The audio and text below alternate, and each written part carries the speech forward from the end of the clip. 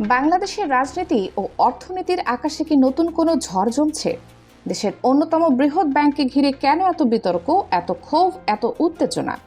কেন হাজার হাজার সাধারণ আমানতকারী রাস্তায় নেমে এসেছেন? আর কেন রাজনৈতিক অঙ্গনের ভেতর থেকেও শোনা যাচ্ছে উদ্বেগের সুর? আজকের এই প্রতিবেদনে আমরা আলোচনা করব ইসলামী ব্যাংককে ঘিরে চলমান সেই সংকট, যে সংকটকে অনেকে কেবল একটি ব্যাংকের সমস্যা হিসেবে নয়, বরং দেশের আর্থিক খাতের জন্য বড় এক সতর্ক বার্তা হিসেবে দেখছেন। বাংলাদেশের ব্যাংকিং খাত দীর্ঘদিন ধরেই নানা চ্যালেঞ্জের মুখোমুখি। খেলাপি ঋণ, কর্পোরেট প্রভাব, পরিচালনা পর্ষদ নিয়ে বিতর্ক এসব নতুন কিছু নয়। কিন্তু সাম্প্রতিক সময়ে ইসলামী ব্যাংককে ঘিরে যে পরিস্থিতি তৈরি হয়েছে তা সাধারণ মানুষের মধ্যে নতুন করে উদ্বেগ সৃষ্টি করেছে। ব্যাংকটির নতুন নেতৃত্ব, পরিচালনা কাঠামো এবং ভবিষ্যৎ নিয়ে যখন নানা আলোচনা চলছে, তখন দেশের বিভিন্ন স্থানে আমানতকারী, কর্মকর্তা ও কর্মচারীদের একটি অংশকে প্রতিবাদে নামতে দেখা যাচ্ছে। তাদের দাবি, ব্যাংকের স্বচ্ছতা, স্থিতিশীলতা এবং আমানতকারীদের স্বার্থ নিশ্চিত করতে হবে। অন্যদিকে প্রশাসনের সঙ্গে সংঘর্ষ, উত্তেজনা এবং আন্দোলনের ঘটনাও আলোচনায় উঠে এসেছে। এদিকে পরিস্থিতিকে আরও আলোচনার কেন্দ্রে নিয়ে এসেছে ব্যাংকের নতুন চেয়ারম্যান মোহাম্মদ খুরশিদ আলমকে ঘিরে ওঠা নানা প্রশ্ন।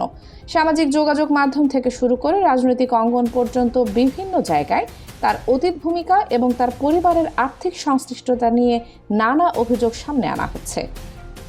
সমালোচকদের দাবি, অতীতে একটি আর্থিক প্রতিষ্ঠানের মাধ্যমে তার পরিবারের মালিকানাধীন প্রতিষ্ঠানের নামে বড় অঙ্কের ঋণ সুবিধা নেওয়া হয়েছিল, যা পরবর্তীতে খেলাপি ঋণে পরিণত হয়।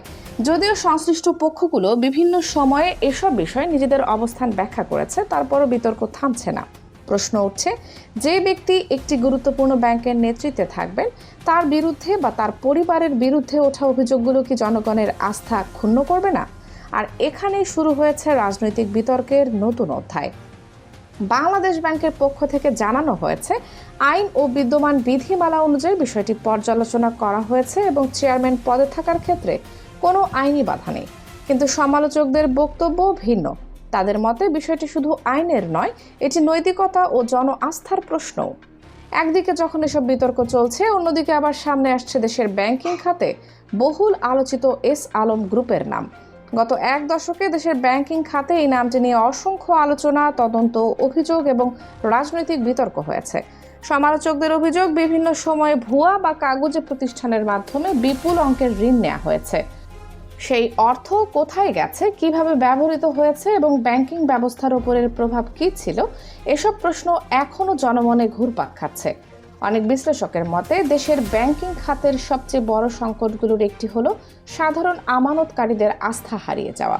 কারণ একটি ব্যাংকের মূল শক্তি ভবন, আসবাবপত্র কিংবা চেয়ারম্যান নয়, একটি ব্যাংকের প্রকৃত শক্তি হলো আমানতকারীর বিশ্বাস। আর যখন সেই বিশ্বাসে ফাটল ধরে, তখন পুরো ব্যবস্থায় ঝুঁকির মুখে পড়ে। রাজনৈতিক অঙ্গনেও এই ইস্যু নিয়ে শুরু হয়েছে তুমুল আলোচনা।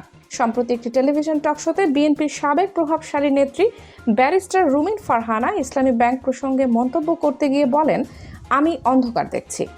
মাত্র 3টি শব্দ, কিন্তু এই 3টি শব্দই যেন রাজনৈতিক অঙ্গনে নতুন আলোড়ন সৃষ্টি করেছে। কারণ একজন রাজনৈতিক ব্যক্তিত্ব যখন প্রকাশ্যে ভবিষ্যৎ নিয়ে এমন উদ্বেগ প্রকাশ করেন, তখন স্বাভাবিকভাবে প্রশ্ন ওঠে, তিনি কি দেখছেন? কেন এমন মন্তব্য করলেন? আর এই বক্তব্যের ভেতর কি কোনো রাজনৈতিক সতর্কবার্তা লুকিয়ে আছে? বিশেষজ্ঞদের মতে রুমিন ফারহানার বক্তব্য শুধু একটি ব্যাংককে ঘিরে নয়, বরং সামগ্রিক পরিস্থিতি নিয়ে রাজনৈতিক মহলের এক ধরনের অস্বস্তির প্রতিফলনও হতে পারে। অন্যদিকে পরিস্থিতিকে আরও উত্তপ্ত করেছে জামায়াত ইসলামীর আমির ডক্টর শফিকুর রহমানের বক্তব্য। সিলেটে এক সমাবেশে তিনি সরকারের বিভিন্ন সিদ্ধান্তের কঠোর সমালোচনা করেন এবং ইসলামী ব্যাংক ইস্যুতে নিজের অবস্থান স্পষ্ট করেন। তার বক্তব্যের সবচেয়ে আলোচিত অংশ ছিল, তিনি নিজেকে একজন রাজনৈতিক নেতা হিসেবে নয়, বরং একজন সাধারণ আমানতকারী হিসেবে তুলে ধরেন। তিনি বলেন, আমানতকারীদের স্বার্থ রক্ষার প্রশ্নে প্রয়োজনে তিনি নিজেও রাজপথে নামবেন। এই ঘোষণার পর রাজনৈতিক অঙ্গনে নতুন করে আলোচনা শুরু হয়েছে। কারণ দেশের একটি বড় রাজনৈতিক দলের প্রধান যখন সরাসরি এমন অবস্থান নেন, তখন সেটিকে অনেকেই সাধারণ রাজনৈতিক বক্তব্য হিসেবে দেখছেন না। এখন প্রশ্ন হলো, এই সংকটের শেষ কোথায়? একটি ব্যাংককে ঘিরে শুরু হওয়া বিতর্ক কি কেবল আর্থিক খাতের মধ্যে সীমাবদ্ধ থাকবে, নাকি এটি আরও বড় রাজনৈতিক এবং সামাজিক ইস্যুতে রূপ নেবে? বিশেষজ্ঞদের মতে যে কোনো সংকটের সমাধান হতে পারে স্বচ্ছতা, জবাবদিহিতা এবং জনগণের আস্থা পুনর্গঠনের মাধ্যমে। কারণ শেষ পর্যন্ত ব্যাংকের মালিক কোনো ব্যক্তি বা গোষ্ঠী নয়, ব্যাংকের প্রকৃত মালিক সেই মানুষগুলো যারা নিজেদের কষ্টার্জিত অর্থ সেখানে জমা রাখেন। আজকের পরিস্থিতিতে সবচেয়ে গুরুত্বপূর্ণ বিষয় হলো জনগণের সেই আস্থা ফিরিয়ে আনা। কারণ আস্থা হারালে ব্যাংক দুর্বল হয়, ব্যাংক দুর্বল হলে অর্থনীতি ক্ষতিগ্রস্ত হয়, আর অর্থনীতি ক্ষতিগ্রস্ত হলে তার প্রভাব গিয়ে পড়ে দেশের প্রতিটি পরিবার, প্রতিটি ব্যবসা এবং প্রতিটি নাগরিকের জীবনে। তাই ইসলামী ব্যাংককে ঘিরে চলমান এই বিতর্ক এখন শুধু একটি প্রতিষ্ঠানের প্রশ্ন নয়, একটি আস্থা বনাম অনাস্থার প্রশ্ন, একটি স্বচ্ছতা বনাম সন্দেহের প্রশ্ন। এটি দেশের আর্থিক ব্যবস্থার ভবিষ্যৎ নিয়ে এক বড় পরীক্ষার প্রশ্ন। এখন দেখার বিষয় সংশ্লিষ্ট কর্তৃপক্ষ এই সংকট মোকাবেলায় কী পদক্ষেপ নেয়, রাজনৈতিক দলগুলো কী অবস্থান গ্রহণ করে এবং সবচেয়ে বড় কথা, সাধারণ আমানতকারীদের উদ্বেগ কতটা গুরুত্বের সঙ্গে বিবেচনা করা হয়। কারণ ইতিহাস বারবার প্রমাণ করেছে, অর্থনীতির ভিত্তি দুর্বল হলে রাজনৈতিক স্থিতিশীলতাও দীর্ঘদিন অটুট থাকে না।